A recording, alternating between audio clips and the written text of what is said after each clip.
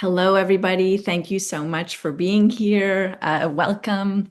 We are going to be recording this today, so feel free to take notes, but we'll also send out the recording after. So, today we're going to be talking about why AI isn't getting the ROI that companies are looking for, and really what's getting in the way. So, for those of you that don't know me, when I was VP of sales at an AI startup, I looked successful on paper, but behind the scenes, I had insomnia, I was overthinking, and really struggling to trust myself. Um, Testing, I went to my doctor. She suggested I meditate more, but I knew that something was physically wrong with me. So I found functional medicine, and testing showed that my cortisol levels were out of balance. So within 10 days of a personalized protocol, I was sleeping through the night, and the change was remarkable. But it caused me to go deeper on what was causing my stress in the first place. So I trained in the subconscious mind, in the nervous system, in emotional health, leadership, and trauma-informed coaching. And I realized that the root of our stress and performance issues go far deeper, but also that they can be changed. And that insight led me to build WonderSource, a human performance platform helping organizations build the inner skills people need to learn, perform, and adapt at their best. Because business success and every transformation, whether driven by AI, growth, or change, ultimately depends on the people navigating it. So, really, I took the time to invest in my own health, nervous system, and subconscious. And all of that didn't just fix my sleep, it really changed every aspect of myself, how I show up at work, how I think, how I lead, how I trust myself, my ability to take risks. So, this session today is for you if you're investing in AI or are about to and aren't yet clear on the business value. You demand higher productivity and effectiveness from your employees. You expect employees to deliver business results. You are struggling with retention, absenteeism, presenteeism, engagement, or you want to change your company's profits, performance, and LT growth trajectory. But this is not for you if your people are already really engaged and performing well, and your AI results are matching your investment. So by the end of the session, you'll know why your AI gains aren't reaching the P&L, so you can stop guessing and start measuring what actually matters. The hidden layer quietly blocking adoption so that you know where to intervene and not just where it's visible. What separates teams that scale AI from teams that are just stuck in piloting, which is actually the norm right now, so that you can benchmark your organization honestly and not optimistically. And then 3 moves you as a leader can make this week. And also, I just want to say thank you so much for being here. I know how busy you are, so thank you for taking the time. It is an honor to have you here. So, what if we're asking the wrong questions about AI? So, to date, the conversation has largely been focused on productivity, like how much faster can people work? How much more can they produce? How much more content can we just put out? How many hours can AI save? But is productivity actually the biggest opportunity for us? And are we really being more productive if we're just working more?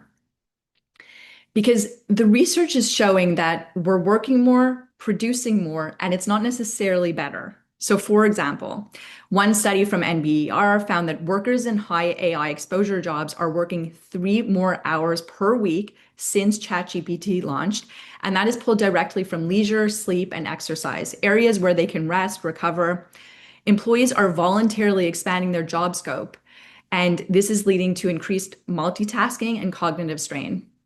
Another study found by Pharos AI showed that individual output is rising while organizational level impact is missing. So there's really no significant correlation between AI adoption and improvements at the company level. AI generated code is getting bigger and buggier. So it's shifting the bottleneck from creation to review. It's just kind of shifting where work is happening, and they're not finding immediate value from it. And then UC Berkeley's research found that AI users worked faster, took on more, and really extended their hours, often unasked. So one engineer put it, you don't work less, you just work the same amount or even more. And it quietly snowballs into cognitive fatigue, weaker decisions, and turnover. So as we see it, the biggest opportunity with AI may not be helping people to do more. It may be helping organizations like add real business value. So, for example, make better decisions, improve execution, create real value for customers, innovate faster, reduce meaningful costs that actually matter, unlock new opportunities, and see opportunities sooner. And all of this requires human judgment. It requires the ability to think clearly in conditions of uncertainty, complexity, and constant change. So you've probably already felt it. The majority of companies have invested real budget, real hours, and the return is not showing up. So, for example, according to RAND, 80% of AI projects are failing to deliver intended business value. 95% of generative AI pilots show no measurable return. And 42% of companies have abandoned most of their AI initiatives in 2025. So it's time we stop ignoring what's going on and really looking at what's not actually working underneath all of this. So here's the belief we want you to leave with. AI transformation doesn't fail because the technology isn't valuable. It fails because the human system underneath it, stressed, overloaded, and unequipped to adapt, can't often hold the weight of the change. So, sustainable performance begins when people have the capabilities and internal capacity to meet external demands. When you look at even like really innovative companies like Uber, Uber burned through its entire 2026 AI budget in just 4 months. And their chief operating officer even had this to share. That link is really not there yet. Maybe implicitly there's more that is getting shipped, but it's very hard to draw a line between one of those stats and say, okay, now we're actually producing like 25% more useful consumer features. So even these most innovative companies are struggling to get the value there, to find value. And on top of that, this is already on your P&L. So 71% of workers, according to a report from Monster, describe their mental health at work as poor. 70% of the C-suite are considering quitting for a role that better supports their well-being. And only 20% of the workforce is engaged at work right now. So high growth companies are investing heavily in revenue, operations, and technology, but the leadership that drives all of it is often remaining an afterthought. So companies are spending billions on technology, but how much are you spending on the people using it? The cost of inaction is huge. So, for example, according to McKinsey, S&P 500 companies that excel at maximizing return on talent versus the median firm experience 300% more revenue per employee. So the incentive is so important there. A study from HBR found that there's an 88% increase in burnout reported by high frequency AI users. So burnout is happening. That's the majority of people. And burnout is costing between 4,000 and 21,000 per employee per year on average, according to the Journal of Preventive Medicine. And that's 5 million annually for a 1,000 person company. So this is what burnout looks like before it becomes absenteeism. Often, we don't see burnout. It's beneath the surface, but it shows up in slower decisions, lower creativity, conflict that takes longer to resolve, employees who stop bringing ideas forward, and leaders who really just have no capacity to lead. And also, just want to say, teams and leaders are not burning out or disengaged because they are weak or do not care. They are exhausted from carrying pressure they have never been taught how to process. Like, as we see it, everyone holds so much potential. And what we want to do is be supporting them to access that potential. So what's really, whoops, sorry. So what's really affecting things is everyone's investing in the visible layers and almost no one's investing in what holds that up. So for example, the visible layers is like things like pricing, strategy, hiring and headcount, capital allocation. And then invisible, this is driving the visible layer, things like anxiety, fear, self-doubt, subconscious, emotional processing capacity, self-leadership. Can someone lead themselves to be able to lead others? Confidence under pressure. Because AI implementation is not the same as business value, as we've already seen. AI creates value, like we discussed, when it's creating meaningful business value. It's improving execution, creating value for customers. But leading through an AI transformation requires the human capabilities and capacity to make decisions with incomplete information or guarantee of success, navigate uncertainty without control or pretending they have all the answers, helping people adapt while adapting themselves, knowing when to stay the course and when to pivot, asking deeper questions like what will actually add meaningful value to our business rather than just implementing AI for the sake of it, measuring the right things, not just speed of execution, because speed really doesn't matter if it's not in the right direction, right? And then creating clarity in an environment that's changing almost weekly. So when leaders are burnt out and chronically stressed, it's very difficult to access all of the above. All leaders and employees need the capabilities and capacity. This new situation is hard, like in the best of times, but especially when we are chronically stressed, it is hard to tap into our self-trust, to navigate uncertainty, all these things. So as we see it, there are two forces that are compounding. On the company side, companies need to clearly define what AI success looks like. Um, because AI creates value when it helps an organization get better, as we discussed. It's not just like, oh, let's put in AI, right? Then when we measure the right things, because too many are measuring just activity over value, investing in people's capacity alongside the tech, and then building the psychological safety so leaders can experiment and fail and feel safe to do so. And then on the human side, all of the human side stuff makes the company side stuff work better. So, for example, if someone doesn't have capacity, they won't be able to think critically, hold complexity, and trust themselves to make decisions with incomplete information. Chronic stress keeps people reactive, scanning for threats, not opportunities. So, it is literally making your brain more narrow and unable to see other opportunities that exist. There's a confidence crisis in leadership. Leaders really don't trust themselves under uncertainty. And the higher you go, the bigger your decisions, the bigger impact your decisions have. So it's not just like intelligent people don't need this sort of support. We all need this type of support. Nobody taught people how to process change or conflict in a healthy way. And many leaders just don't have the skills to hold and communicate complexity and uncertainty without collapsing. So, we're going to talk about a few myths that relate to this. So, firstly, there's the myth that employees are just the bottleneck. But actually, McKinsey surveyed more than 3,600 employees and C-suite executives and found something surprising. Employees were largely ready for AI. They're already using tools, experimenting. Yet C-suite leaders were more than twice as likely to blame employees for slow adoption than to recognize the barriers within themselves. So the biggest challenge isn't employee adoption, it's leadership readiness.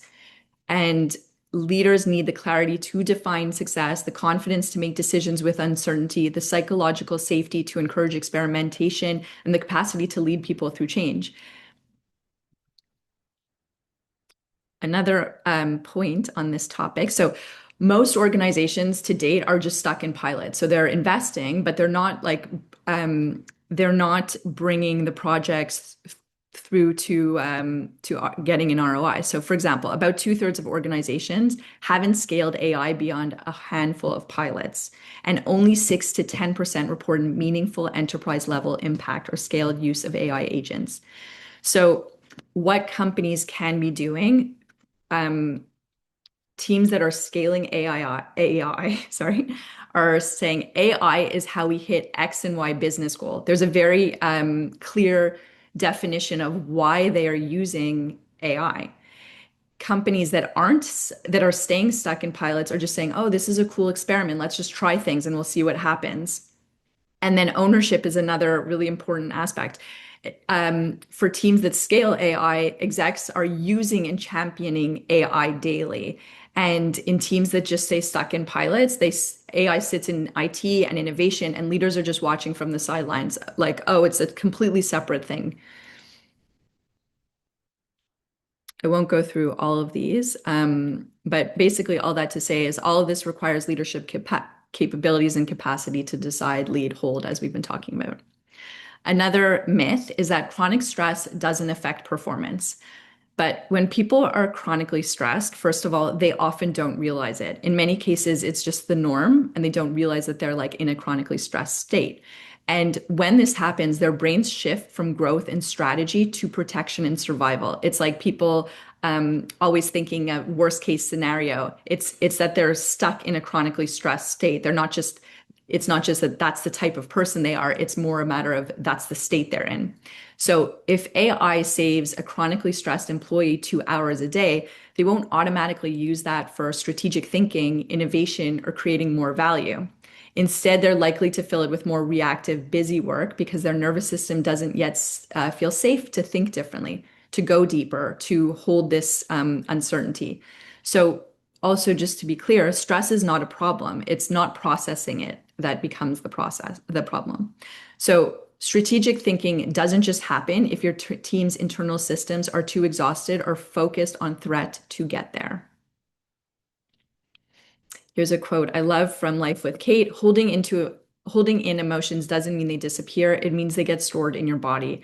Over time, these suppressed emotions contribute to nervous system dysregulation, leading to chronic health issues and making it harder to feel safe, calm, and present in your body. And unfortunately, this is like the majority of people are not processing their emotions. So unprocessed stress and emotions really reduce capacity and create more performance issues than we realize. For example, like research from Durham University confirms that procrastination stems from ineffective emotion and mood management rather than laziness, showing how stress and heavy emotions trigger avoidance. So, with all of these things, let's take like a leader with unprocessed shame, for example. They may be shrinking, hesitating, not believing in themselves to make a decision on AI. And there's even a stat that says 32% decrease in performance over time as employees shy away from risk taking.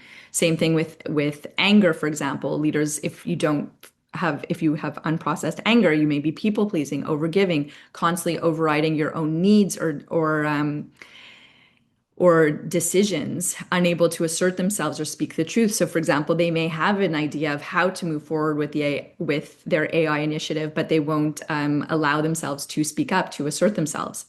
So I just love this quote from Joe Hudson. He's coached to world's top leaders in the OpenAI team. And he says, the people who do best in the most AI piled environments can stay in difficult conversations, not turn on themselves or each other when things get hard, and keep going in the midst of failure. Now, that might sound basic, but that is very hard to do. And a lot of us can't do it until we have some more support and we learn how to do that. Because, for example, let's just consider the always fine leader. We see that person at work. They're always composed, they're decisive, they always just look fine. But really, that's like the 10% that we're seeing of them. The 90% might be unprocessed frustration, grief, stress, fear of failure, all frozen in place because they just don't know how to process it in a healthy way. And so, for example, the mass below, it doesn't just vanish, it just gets heavier. And eventually, it's what sort of capsizes the ship, so to speak, like a health crisis, a sudden resignation, a breakdown that seems to come out of nowhere to everyone but the person living it. So, what we're seeing on the day to day of people is just a fraction of what's happening beneath the surface. And what's really holding people back are some of the biggest barriers are the subconscious beliefs and protective patterns. So for example, I overthink. This is like a very common one for successful leaders, but they're not an overthinker. They've just never learned to feel internally safe without controlling the outcome. Okay? Or, for example, I don't trust myself. So then you're overworking, you're always looking to others for answers. But you're not just controlling and insecure. You're someone who never learned to trust and value yourself without other people validating you first or when the outcome is uncertain. Or, for example, I need to know the right answer. You're not someone who needs certainty. You never learned it was safe not to know. Sometimes we're not going to know. That's part of business. We're going to have to move through uncertainty. We're going to have to move through complexity, all of these things. But a lot of us don't feel safe. We don't feel okay to not know everything, to move without knowing everything, or even just, I can't switch off. Like, you're not just a driven person, you're someone who never learned that your worth isn't dependent on your productivity. So these are all the deeper layers that all of us are sort of dealing with. And actually, there's so much we can do to support this. And this is why information alone rarely changes behavior. most organizations are teaching like new skills, but lasting performance comes from changing those subconscious patterns and nervous system responses that are uh, like in the body that are driving those skills.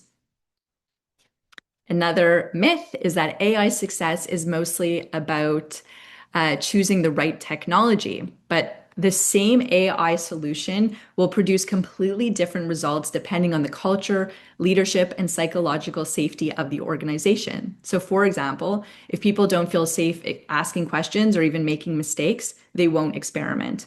If leaders reward speed over learning, people will avoid intelligent risks. And if employees are overwhelmed, AI becomes just another source of pressure instead of leverage. I just love this quote from Ali Schulman. She says, the biggest gap I see is in the soft stuff. Companies spend real money on AI tools, org structures, performance frameworks, and then wonder why nothing sticks. And people don't know how to process change, conflict, or uncertainty in a healthy way, and nobody taught them. So culture is a competitive advantage. Technology scales capability, but culture determines whether people are actually using it. And yeah, psychological safety is so key for success in business, but especially with AI. So here's one chain reaction that is really important, and I wanted to share it here. It's a 2024 Nature Scientific Report study mapped it really precisely. So what is happening in the workforce now is there is AI awareness. So an employee is hearing, like their nervous system is essentially hearing, my job, my identity, and my value might be at risk. And so that's AI awareness. That's what they're hearing, and that's creating high job stress. So when the brain feels threat, stress spikes, they feel more pressure, they feel like they have to continuously be upskilling. There's a fear of being monitored or replaced and confusion about expectations. And then that's causing plunging well-being. So sustained stress without support leads to burnout, emotional exhaustion, anxiety, and cynicism. People can sleep and focus worse and then just disengage. And then finally, that is leading to destroyed innovation capacity because, as we've talked about today, a chronically stressed, exhausted nervous system doesn't innovate. Creativity, problem solving, and risk taking collapse, and so does AI ROI. But what they found in this report was that the buffer that breaks the chain is psychological resilience. It's the proven variable that stops AI awareness from ever becoming destroyed innovation capacity. So this sort of mapping and chain reaction doesn't have to be the case. If you train people to interpret and process stress differently, regulate their emotions, and recover between demands, AI awareness no longer automatically becomes stress and burnout. And that's the buffer that saves innovation. So AI can automate and do so much, but leaders are really still the ones that determine how successful they'll be. People set vision, direct, lead, and create business value. And the good news is that we are not powerless in the face of this. The organizations that thrive in this new reality won't just be lucky. They'll be the ones that understand this human performance gap we're talking about, standing between the technology and the outcome, and recognize the urgency and deliberately build the human capacity required to navigate it. So as we see it, we as leaders supporting our people want to be bringing people through this stage of leadership expansion because performance is a reflection of where employees and leaders operate from on this framework as we see it. So for example, most people today are in status quo. So we believe life is happening to us. There's stress cycles on repeat, reactive leadership. There's, I need this to work so I can feel safe. And the dominant experience is fear, shame, disappointment, anxiety, worry. From that state, you're not working at your best. It doesn't mean you don't have the potential, but you're just in that state that is not allowing you to access that potential.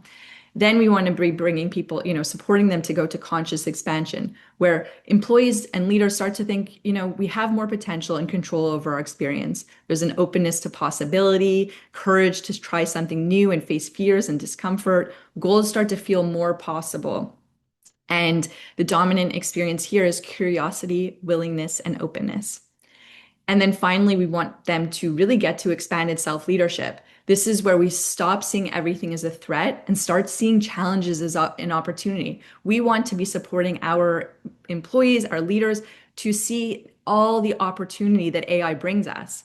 To be upskilling from a place of potential and like, wouldn't it be amazing if, rather than just another heavy thing that we have to be doing.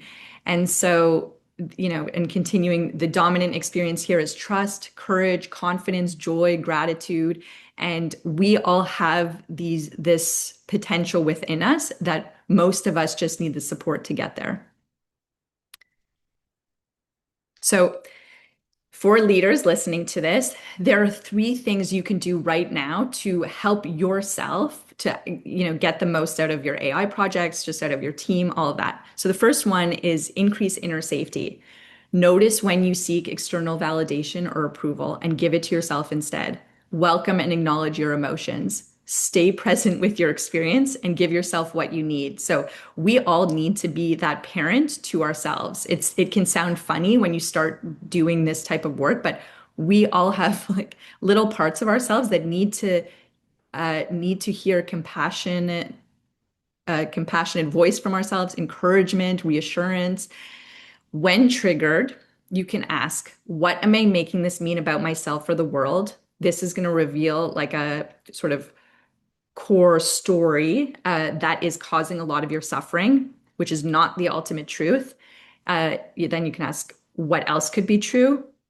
And what am I choosing to believe going forward? So I'm just going to give you an example because this is so powerful. If you bring this into your day-to-day work, it can rewire your core stories that are ultimately causing a lot of stress. So for example, let's say someone has a core story that says, my needs don't matter, and they're in a meeting and someone speaks over them and they're very stressed. Okay. So later, after the meeting finishes, they say, what am I making this mean about myself or the world that someone spoke over me? And they're like, oh, that my needs don't matter.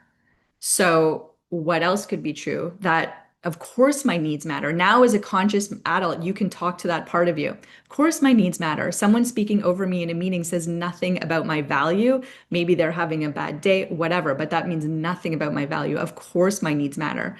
And what am I choosing to believe going forward? That, of course, my needs matter. People are going to do what they're going to do, but that has no reflection of my needs, and my needs matter just as much as someone else's. So when you do that, you are going to rewire those stories, and it is so powerful. When I started doing this work, it would take me like a couple minutes. Maybe I would just go like to a side room after and just run through that. And then now that I'm so used to doing it, I can just quickly do it in like 90 seconds and move through it. And it's really so powerful. So then we want to build pressure capacity. So regularly throughout the day, before a big meeting or sending an important email, ask, am I in my body or disconnected?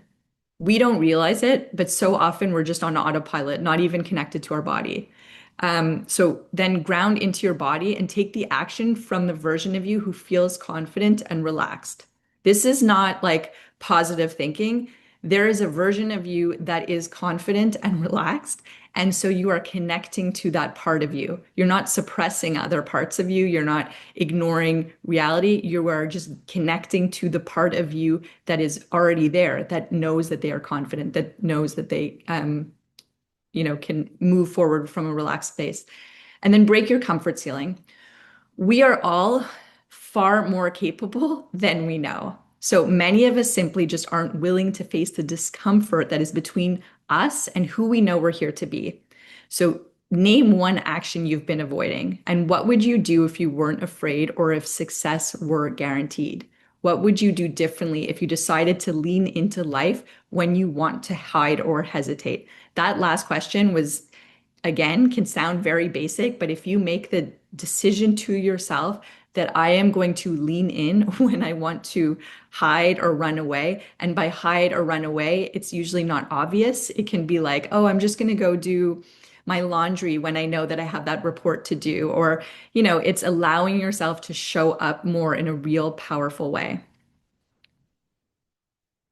So as we see it, the cost of not taking action on all of this is huge. Companies have two choices. They can choose to waste millions to absenteeism, presenteeism, poor mental health, disengagement, and loss of potential on AI initiatives, or they can break the norm and fast track employee health and performance with OneResource's comprehensive empowered intelligence platform. I'm just going to take a few minutes now to talk about OneResource.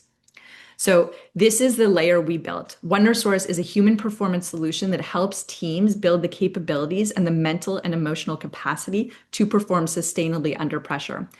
We turn well-being from a passive benefit to the foundation for better leadership, clearer thinking, and sustainable performance by going deeper into those layers we've discussed: nervous system, stress, resilience, confidence, and the patterns that shape how people perform. Research is increasingly showing that chronic stress, psychological safety, mental well-being, and leadership behaviors influence engagement, retention, decision-making, and performance. So OneResource translates these insights into practical tools that people can use in everyday work and life, not as a nice to have, but really as the layer AI transformation actually needs. So here's just an introduction to our solution.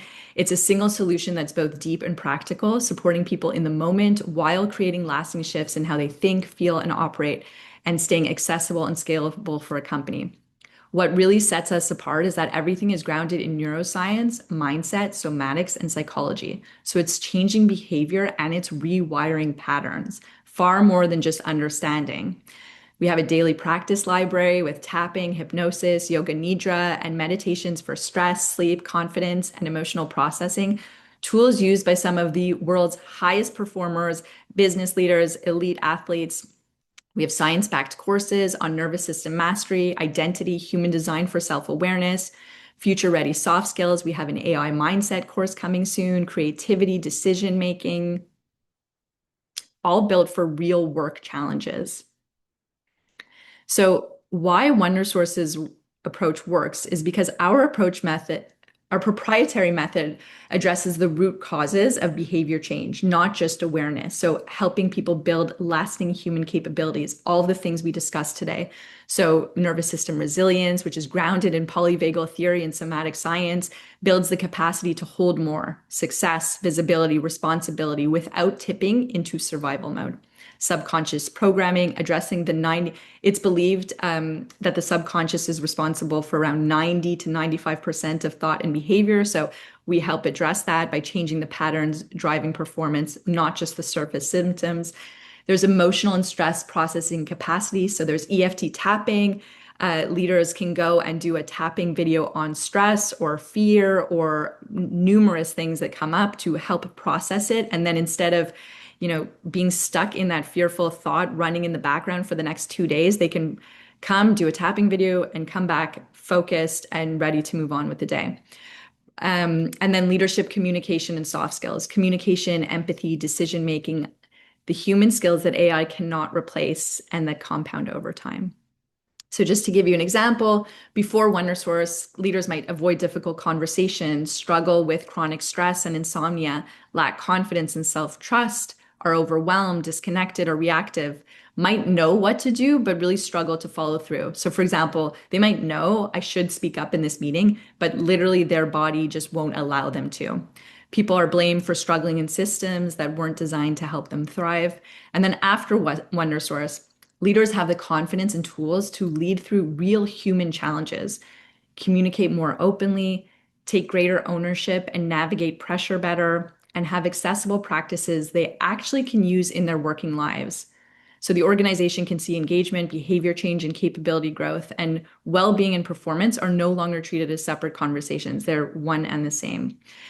And also, many people may never actively seek out coaching, therapy, personal development, or emotional well-being support on their own. So when an organization is normalizing this and investing in these capabilities, it can make development more accessible, relevant, and stigma-free. And then leaders who are stressed out will get the support they need to live healthy and do their best. And the research is showing this is actually the majority of leaders.